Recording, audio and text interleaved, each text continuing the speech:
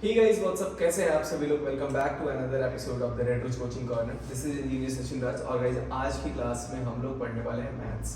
ठीक है, वैसे तो मैं मैथ्स ऑफन ज़्यादा पढ़ाता नहीं हूँ, लेकिन कुछ लोगों की रिक्वेस्ट है कि मैथ्स के भी सर एग्जाम्स हैं तो उसके लिए भी कुछ आप वीडियोस डालिए। तो हमारे मैथ्स वाले सर हैं, मैं उनसे रिक्वेस्ट करूँगा कि मैथ्स की वीडियोस डालें, लेकिन मीनवाइल बीच बीच में मैं भी वीडियोस डालते रहूँगा। तो आज हम लोग जो चैप्टर पढ़ने जा रहे हैं वो चैप्टर का नाम है क्वाड्रेटिक इक्वेशन, जो कि बहुत बहुत बहुत इंपॉर्टेंट चैप्टर है हमारे CBSE board examination view point of view से। ये हमारा सीबीएसई की क्लास 10th में है और ये चैप्टर नंबर 4 है। ठीक है, तो एनसीईआरटी की बुक में चैप्टर नंबर 4 है क्वाड्रेटिक इक्वेशन। इसका ना हल्का फुल्का पार्ट आप लोग अभी तक तो वैसे सारे लोग क्वाड्रेटिक इक्वेशन पढ़ चुके होने चाहिए, अगर नहीं पढ़े होंगे तो ये वाला वीडियो ध्यान से देखिएगा और आने वाली कुछ वीडियोस में आपके चैप्टर्स बहुत आराम से कंप्लीट हो जाएंगे। क्वाड्रेटिक इक्वेशन के बारे में हमने पहले भी कुछ पढ़ रखा है पॉलिनोमियल चैप्टर में। पॉलिनोमियल चैप्टर में अगर हमारे पास कोई इक्वेशन था जिसकी डिग्री 2 होती थी, जिसकी डिग्री 2 होती थी, तो उसको हम ऐसे इक्वेशन को हम लोग क्या बोलते थे? क्वाड्रेटिक इक्वेशन बोलते थे। तो यहाँ पर हम लोगों ने डिग्री 2 क्या मतलब पावर 2 लेंगे। तो क्वाड्रेटिक इक्वेशन कोई भी इक्वेशन है उसका जनरल फॉर्मूला जो होता है ax² plus bx plus c, ये कोई एक क्वाड्रेटिक इक्वेशन का एक जनरल फॉर्मूला होता है। इज इक्वल टू मैं मान लेता हूँ 0, is equal to 0। For example अगर कोई यहाँ पर a b c क्या है? a b c ये तीनों जो है ये आर्बिट्रेरी कांस्टेंट्स हैं। ठीक है, एंड x जो है ये x is nothing but variable. वैसे तो हम लोग एक ही वेरिएबल की बात कर रहे हैं, तो यहाँ पर x की वैल्यूज को ज्यादातर क्वेश्चंस में हमें कैलकुलेट करना होता है कि x की वैल्यू कैसे निकालेंगे। तो इसके बहुत सारे तरीके हैं, लेकिन हमारे पास यहाँ पर बेसिकली 3 एक्सरसाइज दिए हुए हैं, 4.1, 4.2 और 4.3, 3 ही दिए ना। 4.1 में आप लोगों को आइडेंटिफाई करना है कि वेदर ये इक्वेशन जो है ये क्वाड्रेटिक इक्वेशन है या नहीं है।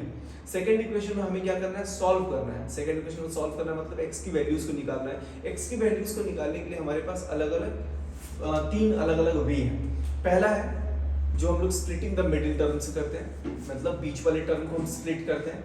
दूसरा जो है एक फॉर्मूला डायरेक्ट यूज करते हैं और तीसरा है bye completing the square method से हम करते हैं। ठीक है, तो इन तीनों मेथड्स को हम लोग होपफुली आज की इस क्लास में कोशिश करेंगे कि कंप्लीट हो जाए। तो वैसे हम लोग ध्यान से देखेंगे, अगर 1-2 क्वेश्चन भी परफेक्टली हो जाता तो हमारा पूरा चैप्टर वाइंड अप हो जाएगा। तो हम लोग अभी फिलहाल कॉन्सेप्ट्स करेंगे। कॉन्सेप्ट क्लियर होने के बाद मैं सारे क्वेश्चंस को एक एक करके यहाँ पर खत्म करा दूंगा।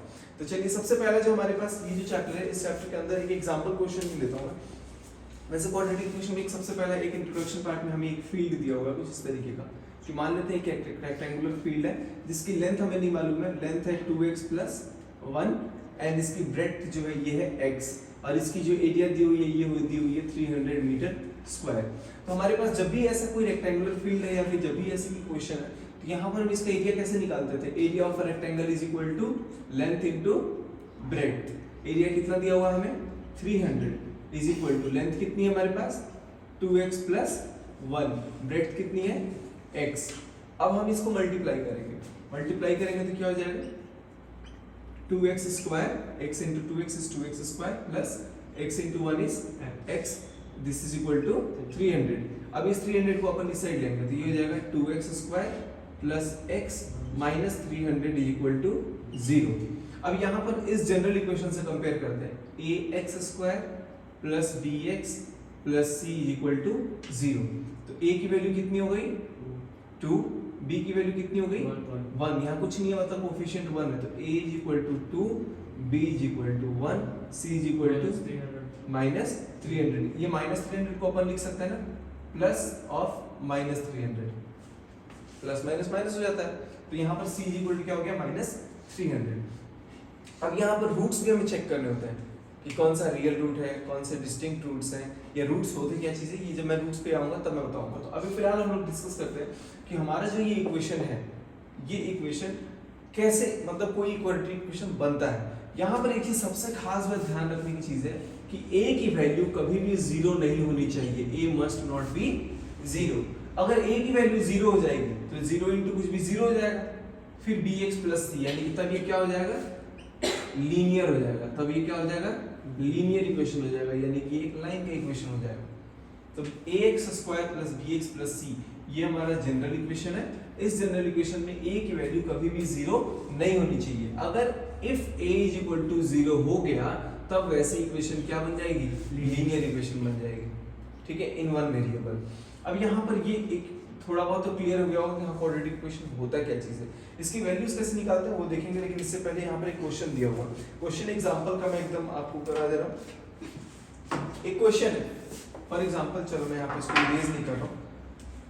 Represent the following situation mathematically. Question क्या कह रहा है, जीवन एंड ज्योति टुगेदर है 45 मार्बल्स। मान लेते हैं ये जीवन है JB और ज्योति है JY, इसके पास टुगेदर कितने मार्बल्स हैं, 45 मार्बल।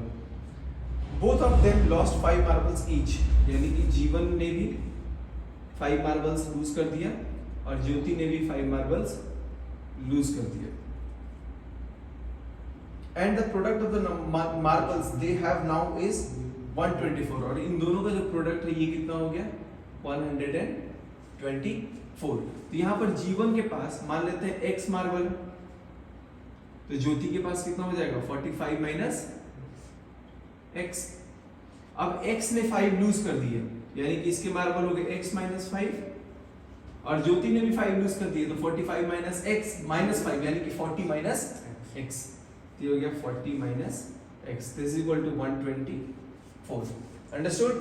तो यहाँ पर हमारे पास जो इक्वेशन आएगा ये हो जाएगा x minus 5 into 40 minus x। इसको सॉल्व करेंगे, मल्टीप्लाई करने आता है ना, मल्टीप्लाई करेंगे तो हमारे पास आ जाएगा value x square minus 45x plus 324 is equal to 0। ये हमारा क्वाड्रेटिक इक्वेशन के फॉर्म में आ गया।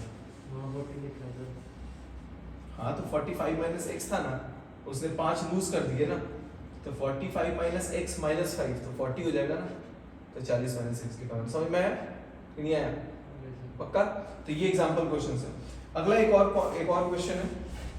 इस क्वेश्चन में क्या कह रहा है, a cottage industry produces certain number of toys in a day. एक इंडस्ट्री है, मान लेते हैं यहाँ कोई इंडस्ट्री है, ये कुछ टॉयज को प्रोड्यूस करता है, ये इंडस्ट्री है कुछ टॉयज को प्रोड्यूस करता है, x नंबर ऑफ टॉयज को। The cost of production of each toy in rupees was found to be 55 minus number of toys they produced. अब देखो, मान लो कि अगर मैं एक दिन में x टॉयज प्रोड्यूस कर रहा हूँ, ठीक है, x टॉयज प्रोड्यूस कर रहा हूँ, और अगर एक किसी प्रोडक्ट का मान लो कि अगर कोई कंपनी है वो 5 टॉयज प्रोड्यूस कर रही है, तो 5 टॉय प्रोड्यूस करेगी तो उसकी प्राइस कैसे निकालेंगे, number of toys into the price of 1 toy, into the price of 1 toy. तो यहाँ पे क्वेश्चन कह रहा है कि a cottage industry produces a certain number of toys in a day. क्या हुआ, तो सारी चीजें रिकॉर्ड होती हैं, वॉइस बीच में बात करोगे ना रिकॉर्ड हो जाएगी। A cottage industry produces a certain number of toys, the cost of production of each toy in rupees was found to be 55 minus number of toys produced in a day. यानी कि अब कितना हो जाएगा बताओ, जितना उस दिन टॉय प्रोड्यूस हो रहा है उसका इनटू मतलब 55 रुपीस कम हो रहा है। तो अगर एक टॉय का प्राइस हम लोग मान लेते हैं कुछ रुपीस है, x है, तो यहाँ पर जो इसका प्राइस है, चलो पहले एक चीज समझो, मान लेते हैं कि हम एक पेंसिल ले रहे हैं, ठीक है, एक पेंसिल की प्राइस है 5 रुपीस, ठीक है, तो अगर हम 10 नंबर ऑफ पेंसिल्स परचेस करते हैं तो उसकी प्राइस क्या हो जाएगी, 5 इंटू n। तो कह रहा है कि एक जो इंडस्ट्री है, ये इंडस्ट्री x अमाउंट ऑफ मान लो टॉयज प्रोड्यूस करती है, और एक टॉय का जो प्राइस है वो प्राइस कितना है, price of 1 toy is equal to 55 minus number of toys they produce, x, ठीक है। इंडस्ट्रीज कितने टॉय प्रोड्यूस की, x, और एक प्रोडक्ट का प्राइस कितना हुआ, 55 माइनस x। तो टोटल जो कॉस्ट होगा वो दोनों को मल्टीप्लाई करेंगे, तो टोटल कॉस्ट हो जाएगा x into 55 minus x, this is equal to, एक दिन में कितना आया था 750 रुपए। अब यहाँ पे क्या हो जाएगा, 55x minus X square is equal to 750। अब यहाँ x स्क्वायर को उधर कर देंगे, अगर x square minus 55x plus 750 is equal to 0। तो आगे इक्वेशन के फॉर्म में, ठीक है, आगे इक्वेशन के फॉर्म में आया समझ में। तो यहाँ पर एक चीज हमें समझना है कि कोई भी चीज का, किसी भी आर्टिकल का अगर हमें प्राइस निकालना है तो उसके मल्टीपल प्रोडक्ट्स अगर हैं तो एक प्रोडक्ट का price into number of products करना है। यहाँ पर मैं y क्यों ले रहा था, यहाँ पर मैं मान ले रहा था कि इसकी जो प्राइस है वो y है, लेकिन अल्टीमेटली घूम फिर करके y equal to 55 minus x ही आएगा ना। कि अगर कोई प्रोडक्ट x है और उसकी प्राइस y है, लेकिन y की वैल्यू दे रखा है क्या, हमें y लेना नहीं है क्योंकि हम 2 वेरिएबल में करना नहीं चाहते, हम सिंगल वेरिएबल में लिंक करेंगे, तो यानी कि यहाँ पर फिर हमने सब्स्टिट्यूट ही करना पड़ेगा। कोई डाउट? तो x into Y equal to sine 50 था, तो x अगर y लेके करते, y लेके करो ही मत।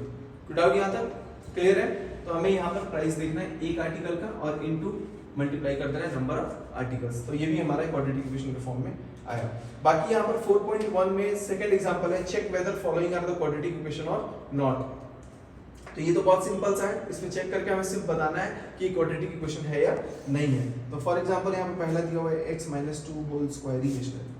यहाँ पर एक इक्वेशन है, मार्कर चल नहीं है, x - 2 whole square plus 1 x - 2 whole square plus 1 is equal to 2x - 3। ठीक है, इसको सॉल्व करेंगे तो a - b होल स्क्वायर क्या होता है, a square - 2ab plus b square plus 1 is equal to 2x - 3। तो x स्क्वायर माइनस 2x रहेगा तो माइनस 4x, 4 1 5 5 माइनस 3 रहेगा तो प्लस 5, यानी कि plus 8 is equal to 0। Calculation part check कर लीजिएगा। तो ये हमारा क्वाड्रेटिक इक्वेशन है, क्योंकि उस फॉर्म में आ गया हमारा। तो इस तरीके से हम लोगों को चेक करना। अब यहाँ पर बहुत सारे हैं, तो ये आई थिंक कैलकुलेशन वाले पार्ट तो तुम कर सकते हो। अगर याद रखना कि x स्क्वायर कैंसिल हो गया, माइनस हो गया या 0 हो गया, मतलब खत्म हो गया, तब ये क्वाड्रेटिक इक्वेशन नहीं होगा। यानी कि x स्क्वायर का कोफिशिएंट होना जरूरी है अगर क्वाड्रेटिक इक्वेशन है तो। क्लियर?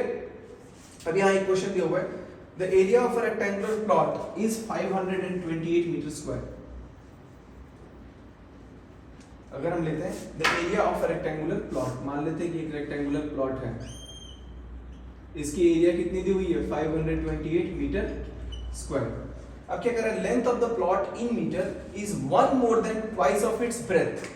तो अगर अपन इसकी ब्रेथ मान लेते हैं x है, इसकी ब्रेथ मान लेते हैं x, let the breadth be x, then length is equal to 1 more than twice of its breath.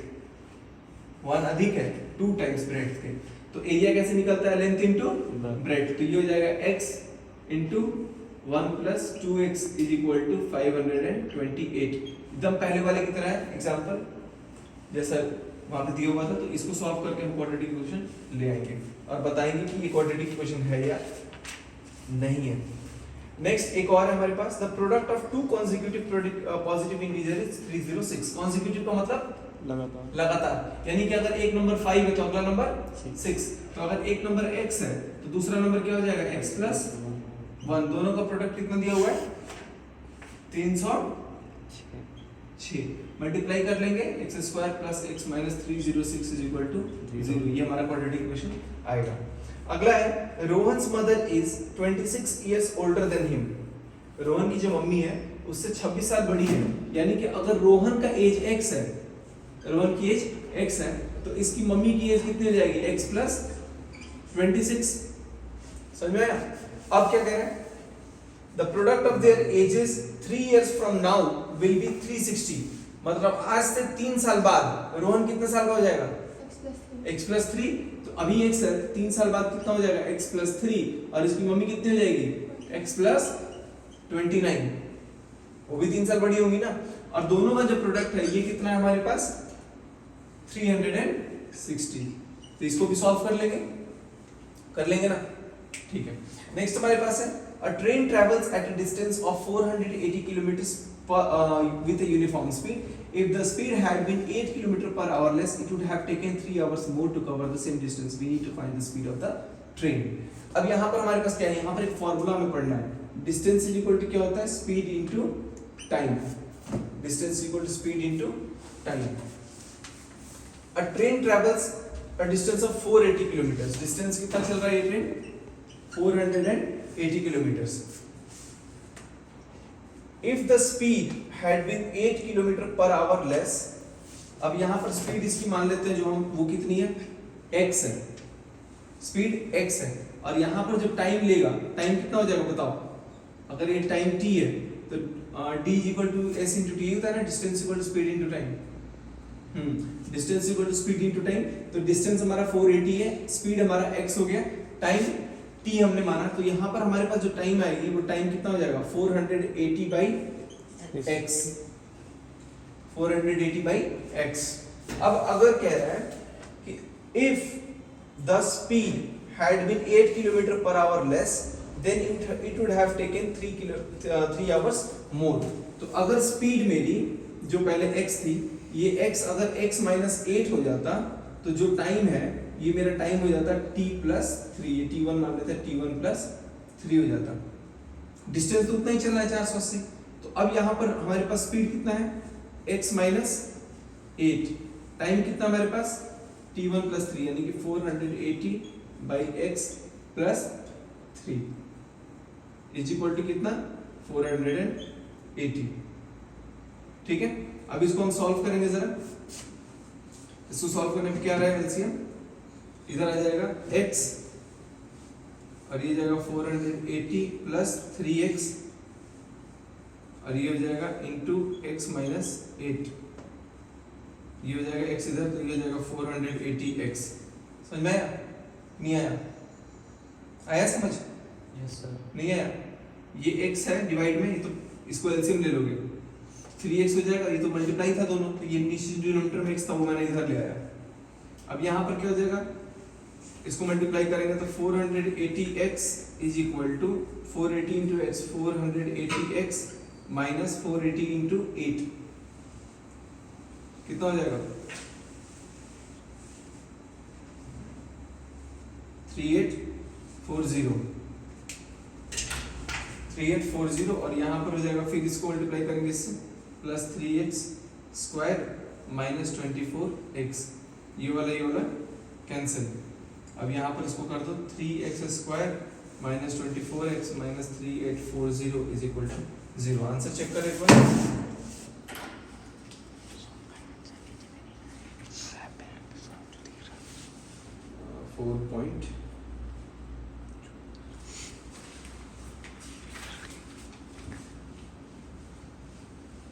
4.1280 आ रहा है, कैंसिल हो रहा है क्या ये?